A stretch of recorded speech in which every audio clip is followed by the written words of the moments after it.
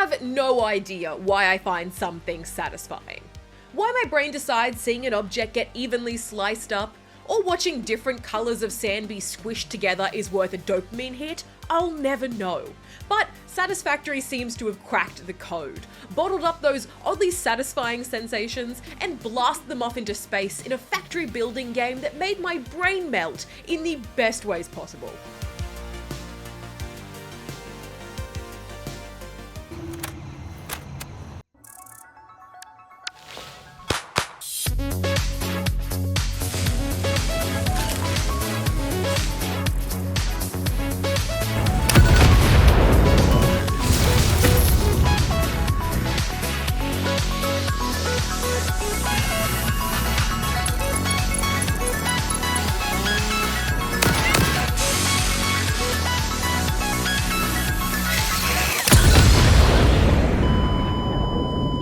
Satisfactory has been in early access since 2019, but has now finally reached version 1. It comes to us from the developers behind Goat Simulator, Coffee Stain Studios, who have taken all that goat money and poured it into this, an open-world, first-person factory building game, with no goats. If you're not familiar with the factory builder concept, here's the gist. You mine ores and build buildings to refine them into a multitude of products, and then combine those to make even more complicated products, all of which you connect through increasingly head-hurty logistical networks of conveyor belts, mergers, splitters, pipes, and vehicles, to eventually create massive sprawling factories. In Satisfactory, you play as a lone pioneer for Fix-It Incorporated, unceremoniously plonked like a helldiver onto the pristine alien planet Massage 2 ABB. You're part of the Save the Day program, a program to save Earth from all the overexploiting of resources we've done to it by, of course, overexploiting the resources of alien planets. Yeah, it's basically the plot of Avatar, except you're just like soloing a whole planet for humanity. Your only companion is Ada, the artificial directory and assistant, a sort of glib AI that gives you guidance and occasional bits of corporate inspiration. Fix-It looks forward to your future achievements, because a future with Fix-It is a future with you. She's the perfect digital assistant, delivering some legitimately hilarious lines. So due to popular demand, I have added a motivational message. Choo-choo mother. But also helpfully guiding you to achieve your main goal, complete project assembly, which involves building a humongous space station by shipping parts up a massive space elevator. The story itself isn't really important, but it does a great job of world building. It's got a great sense of humor and charm too, never taking itself too seriously. It is statistically likely that you appreciate the continued existence of kittens and/or puppies. Satisfactory nails the sense of being some poor lackey for a giant mega corporation. Little bits of Fix-It branding are everywhere, and the faceless corporate overlords spur you on through Ada, giving you the kind of lame motivational corporate encouragement we all love to hear. This isn't just fun, it's contractually mandated, fun. When you first land, you have nothing but a small taser to fight off hostile wildlife, a chisel to dig, and your trusty building gun, which, as the name implies, is kind of like a gun, except it lets you build and dismantle stuff. To start, you have to do everything manually, digging up a bunch of ore by hand, before you can build your home base, the hub, which comes complete with a crafting bench where you can refine ore and build items. Here, you can also select your first milestone. These will unlock new gear, buildings, and upgrades for you, as long as you can deliver the items they ask for. Before long, you'll unlock portable miners to dig for you, smelters to refine for you, and constructors to craft for you. But you'll still have to shuttle everything by hand from one building to the other, until you get conveyor belts that let you link the inputs and outputs of buildings. And that's when things really start to get going. But buildings and automation come with the need for power to run them, so you'll have to build generators and find fuel for them, digging up piles of leaves and sticks to throw into their burners. But of course, power can eventually be automated too. It's that kind of loop that makes Satisfactory such a masterclass in progression. It's always giving you a problem and then a means to automate the problem away, or make it drastically less of a problem, all the while layering on the next problem to solve, creating this ever-growing onion of problems and solutions, which you solve with your ever-expanding factories and arsenal of equipment. Once you've built up your first production lines and got a handle on the basics, you'll be given your first big task to build the space elevator, which requires what seems like a metric ton of basic goods, but oh boy, that ain't nothing. You are just getting started, my friends. Then, with your space elevator built, you'll be given an order of special parts that you'll have to construct and feed into it. Once you've filled the order, you can seal it up and shoot it up into space, which will help build your giant space station in the sky and begin the next phase of project assembly, in turn unlocking new tiers of milestones you can chase in the hub. Satisfactory can, at times, almost feel a bit like a cookie clicker style idle game, in both good ways and bad ways. It has the same joyful sense of always making number go up. You're always expanding and making more things faster and faster. And once you've got a production line up and running, you can just walk away and the game plays itself. But that can mean there's times you'll find yourself simply waiting for enough parts to be built before you can move on, which can make it feel a bit like a grind. Thankfully, there's always something to do, either from simply expanding and building new factories, finding items to research, troubleshooting existing factories and making them more efficient, or just exploring the world. Honestly, half the time I'd set out to do one thing and get distracted by 10 other things on the way there. Exploration is a huge part of Satisfactory. Fairly early on, you get access to things like a buggy and the ability to zip line on power lines, which can be built over super long distances, as well as a parachute to glide over the world. So, while you wait for your factories to churn out all those space elevator parts, you can head out to start properly exploring the planet. It's a massive, dense, handcrafted map that has several distinct biomes filled with some things you'll definitely want, and also some things that can burn in fiery hell. The planet's local fauna ranges from peaceful, adorable lizard doggos you can befriend and name, I call this one Lizzo, who'll then bring you gifts, to these giant gas bag boys with tiny heads you can bounce on, to more aggressive creatures that can charge you or spit at you. Oh, and there's also exploding bees. And, of course, my personal nightmare fuel, giant spiders. Ugh. I'm grateful there's an arachnophobia mode that makes them look like kittens, though it does make me feel like a bit of a monster shooting kittens. But I have to shoot them because they're not kittens, they're demon-spawned alien spiders that want to eat my face! Although, I feel like a monster all the time here anyway. I mean, I'm literally coming into a pristine world, killing the local wildlife, cutting down the trees, and building giant smoke-belching factories everywhere. It always breaks my heart a little bit to see the wildlife wandering around a factory that used to be their habitat. Sorry, little guys, but capitalism! Combat does add a nice element of fear and challenge to the exploration. Going into creepy dark caves and hearing death kittens scuttle about always sends shivers down my spine. As you push deeper into the world, you'll start coming across bigger and scarier variants too, so you'll always want to come prepared for a fight if you're going to go exploring. Thankfully, there's a whole range of fun weapons and special ammo you can make, like a rifle with homing bullets or mini nuclear bombs.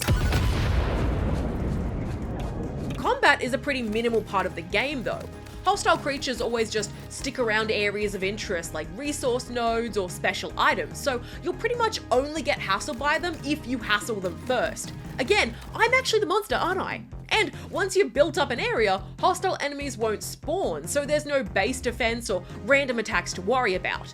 Despite the nightmare fuel of kitty spiders or spider kittens, I'd say Satisfactory is a borderline cozy game even.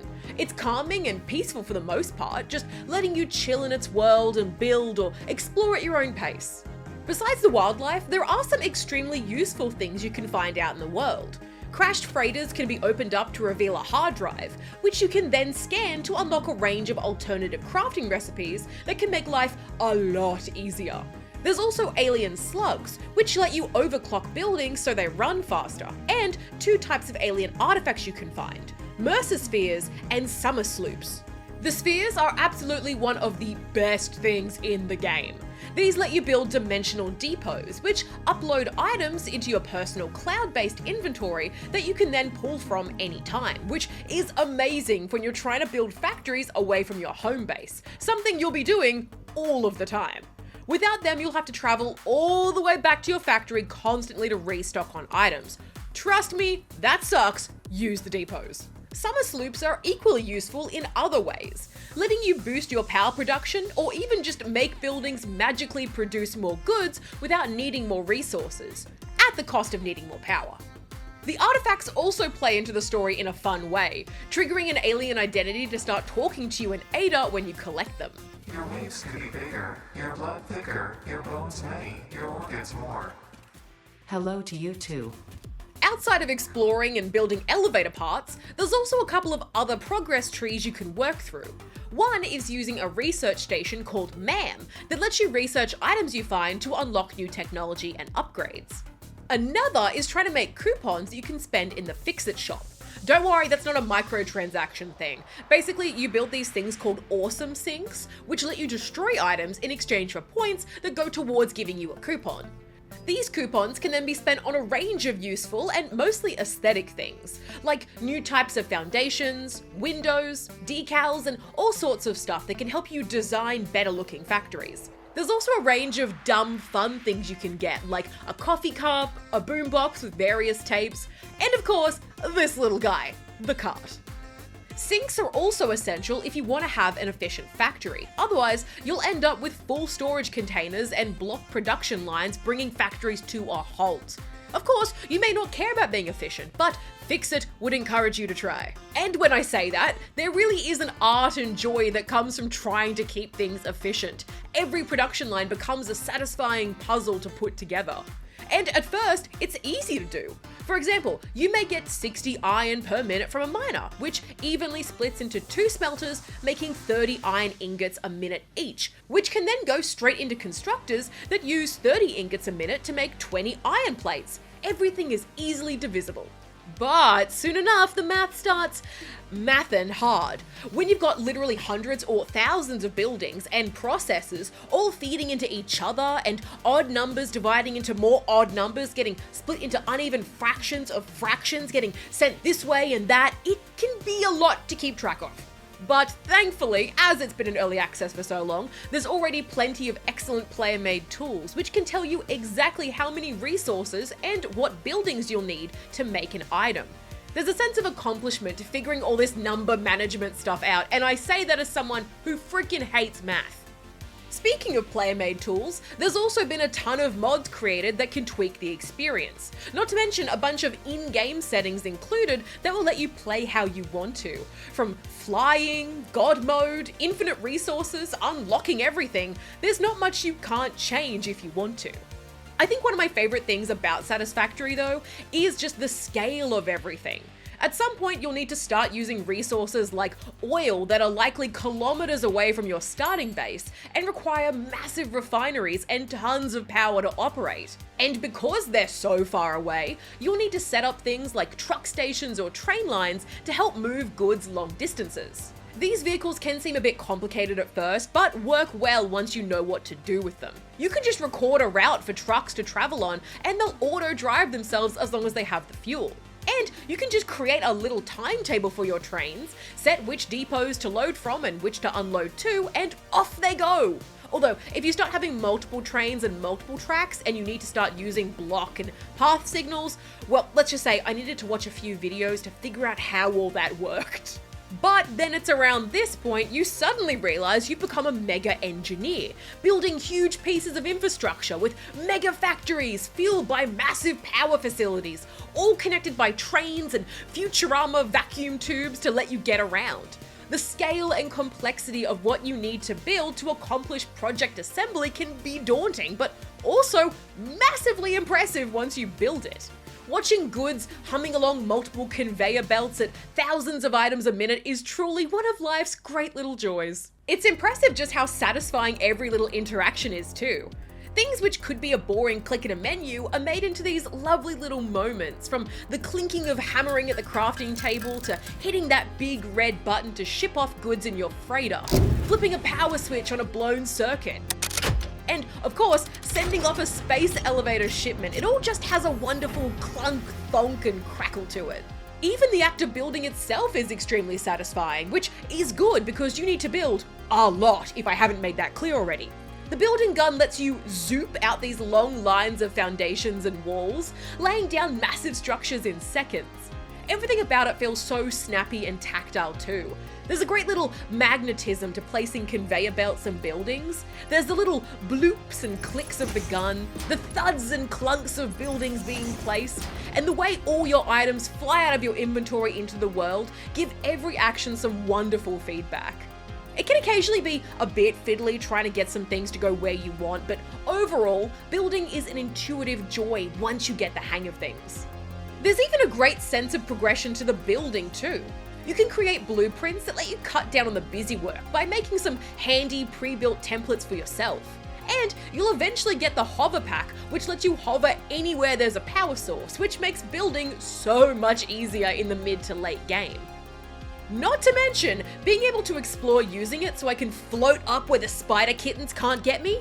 Mwah! Chef's kiss. I love that there's no right or wrong way to play. If you want to be mega efficient and get into the weeds with detailing buildings and creating clean, beautiful factories, go for it.